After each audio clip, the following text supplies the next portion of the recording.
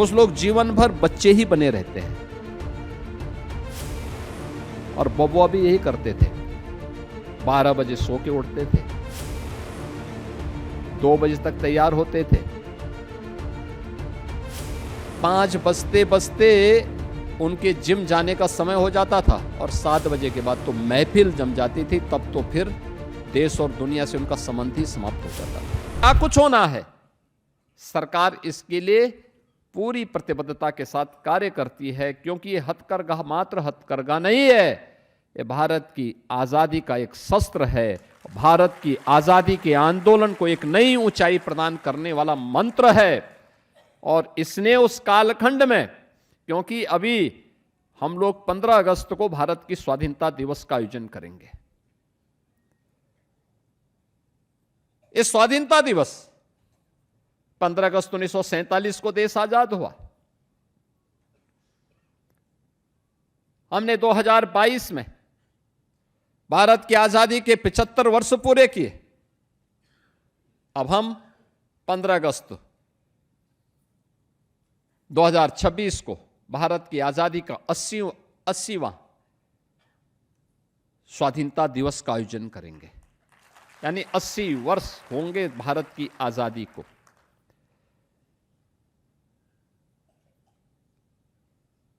उससे भी 42 वर्ष पहले आज के दिन स्वदेशी के माध्यम से भारत की आजादी के मंत्र को फूंकने का एक नया आह्वान भारत के स्वाधीनता संग्राम सेनानियों ने किया था। और आज भारत की आजादी के उन दीवानों के, आप सभी जितने भी यहां पर आए हुए हस्तशिल्पी हैं, कारीगर हैं, उद्यमी हैं, ये सभी उस परंपरा के, उस विरासत के प्रतिनिधि भी हैं।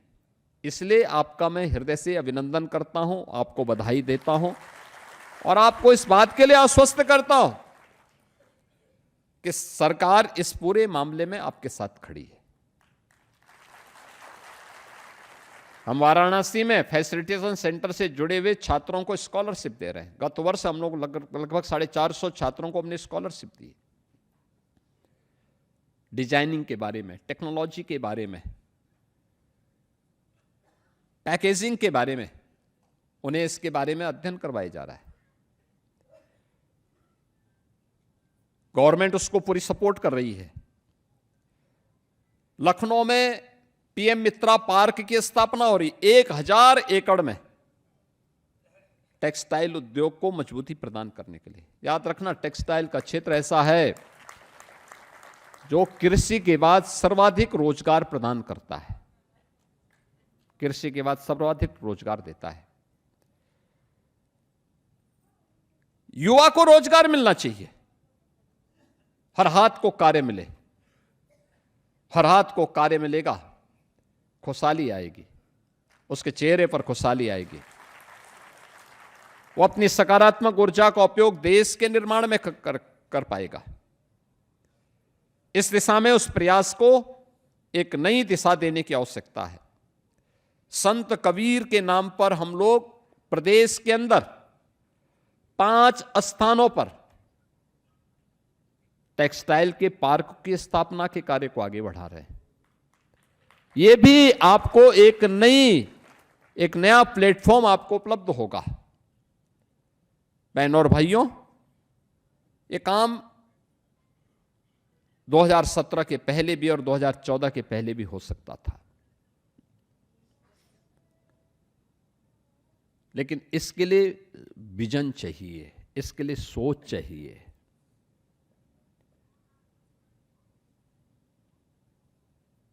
जहां पर किसी के पास ये सोच ही न हो, जहां हर कार्य को केवल वोट बैंक के नजरिए से लोग देखने लग जाएं, वहां पर गरीबों का, कारीगरों का, हस्तशिल्पियों का सम्मान पिछड़ जाता है।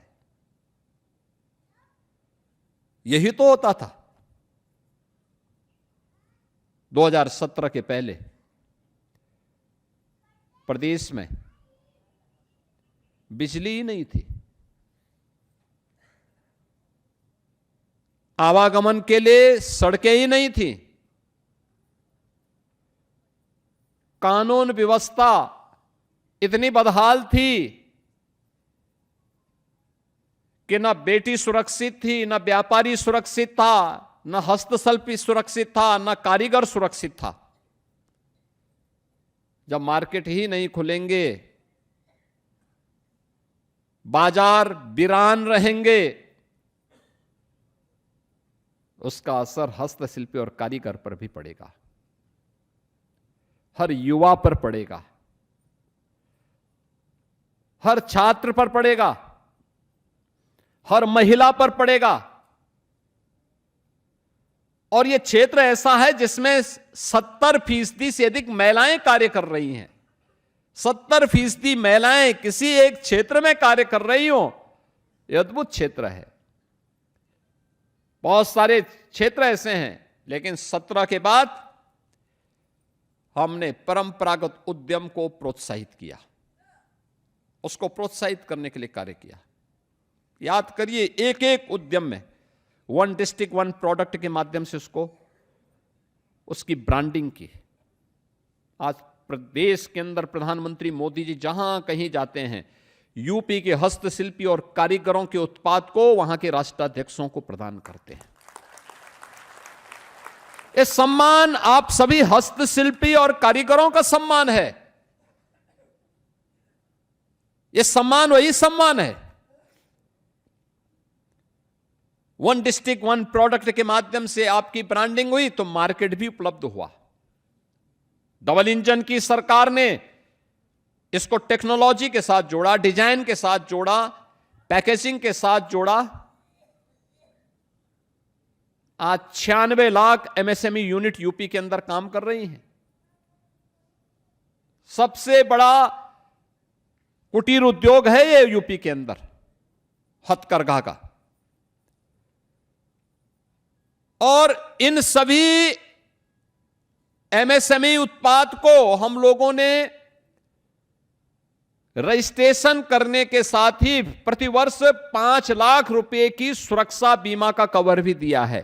5 लाख रुपए, अगर कोई दुर्घटना हो जाती है किसी के साथ तो उसको 5 लाख रुपए मिल जाएंगे। ये पहले भी चिंता होनी चाहिए थी, 17 के पहले भी चिंता होनी चाहिए थी। वे दिन रात कार्य करते हैं तो वह केवल दिया की लाइट में नहीं, चिमनी में नहीं, केरोसिन के धुएं में नहीं, बल्कि एक जलता हुआ एलईडी का बल्ब उसकी आंख की रोशनी को और गति दे सके। क्योंकि गति केवल उसकी रोशनी को नहीं, बल्कि उसके हथकरघे के माध्यम से बनने वाले उत्पाद में अपनी विरासत को सम्मान देने का एक माध्यम बनता है।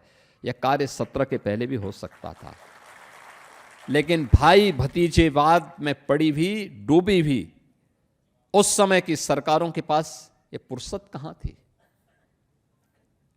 और फुर्सत के लिए समय चाहिए। कुछ लोग जीवन भर उनके साथ जो शब्द जुड़ जाता है उससे पीछा नहीं छोड़ा सकते।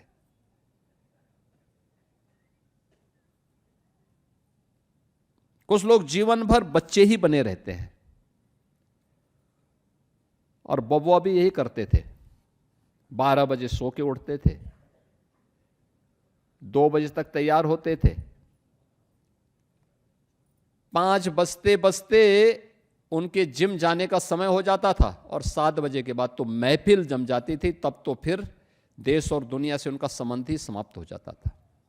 तो प्रदेश के बारे में कहां से सोच उनके पास थी। इसी कारण दंगे होते थे, महीनों महीनों कर्फ्यू रहता था। इंसेफ्लाइटिस से मौतें होती थी, डेंगू से मौतें होती थी।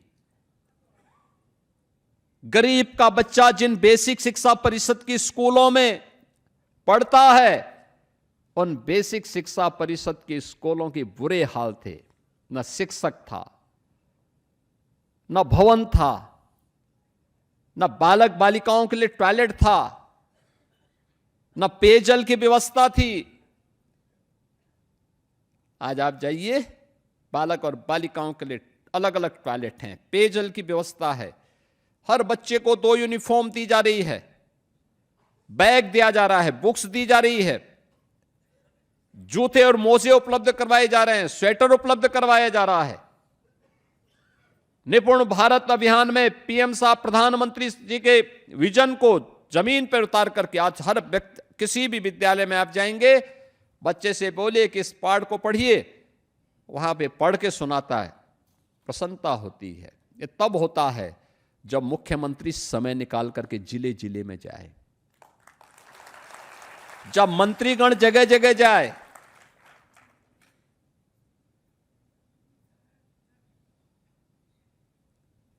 इन लोगों का विकास में कोई रुचि थी ही नहीं पहले।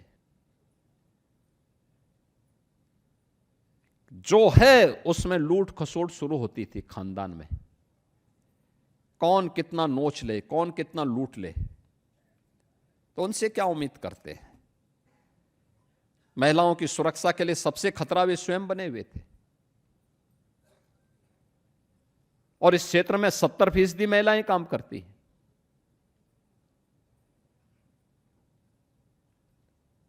और इसीलिए मैं आप सबको आज के अवसर पर इस बात के लिए आश्वस्त करता हूं कि अभी डबल इंजन की सरकार पूरी प्रतिबद्धता के साथ आपके हितों को संरक्षण देने के लिए प्रतिबद्ध है।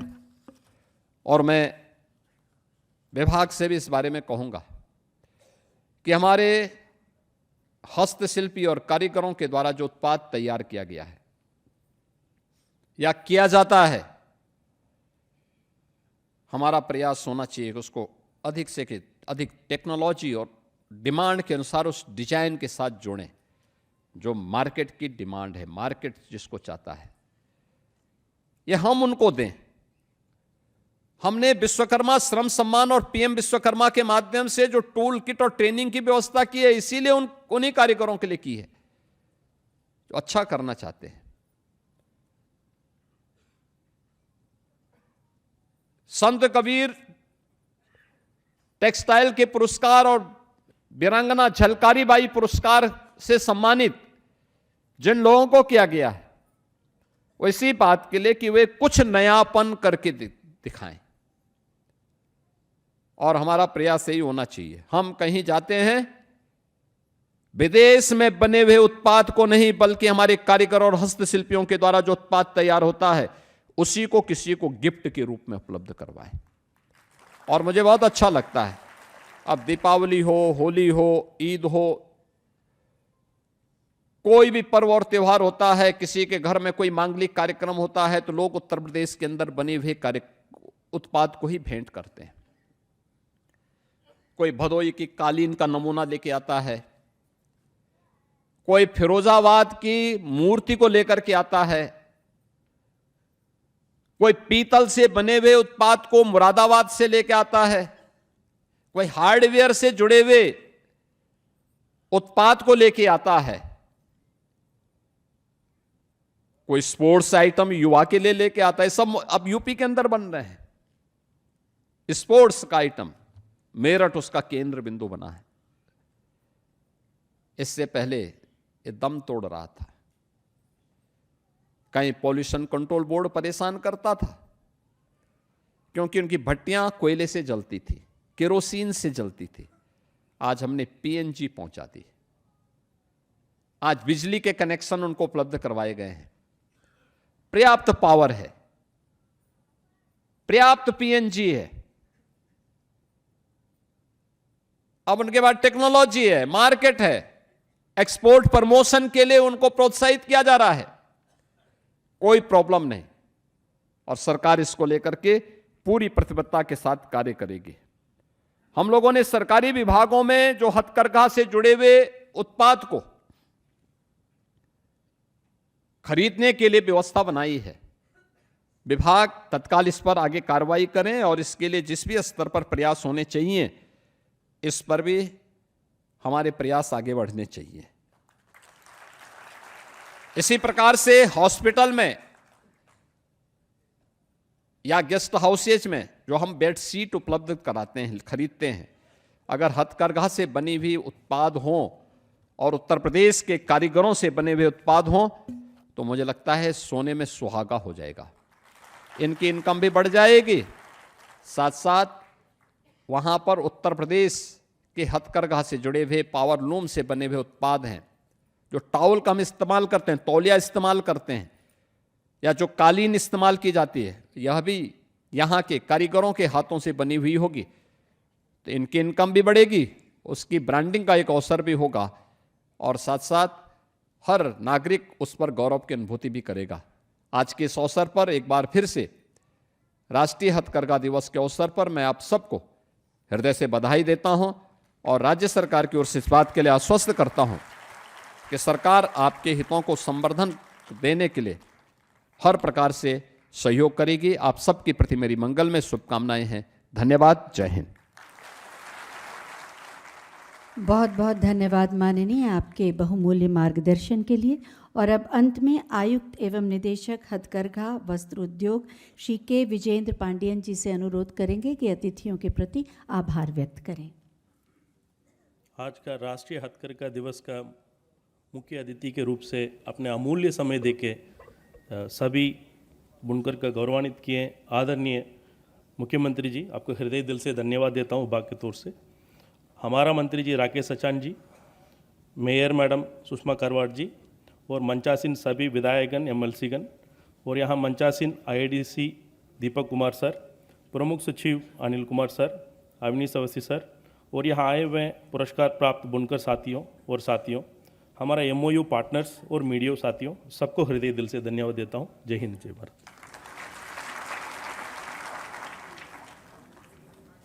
बहुत बहुत धन्यवाद। माननीय मुख्यमंत्री महोदय से अनुरोध करेंगे कि ग्रुप फोटोग्राफ के लिए सभागार में अपना आसन ग्रहण करने की कृपा करें। आज का ये आयोजन एक संकल्प के साथ समाप्त होना चाहिए कि स्वदेशी अपनाएं, स्वतंत्रता का उत्सव मनाएं। सभी लोगों से अनुरोध है कि आप सब भी अपना स्थान ग्रहण कर लें, अपने स्थान पर बैठें जिससे सबकी फोटो आ सके। सभी से अनुरोध है।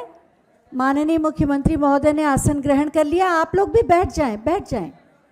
बैठ जाएं, सभी लोग व्यवस्थित होकर बैठें जिससे अच्छी सी फोटोग्राफ आ सके। बैठ जाएं, आप सभी लोग बैठें, व्यवस्थित होकर बैठ जाएं थोड़ी देर के लिए।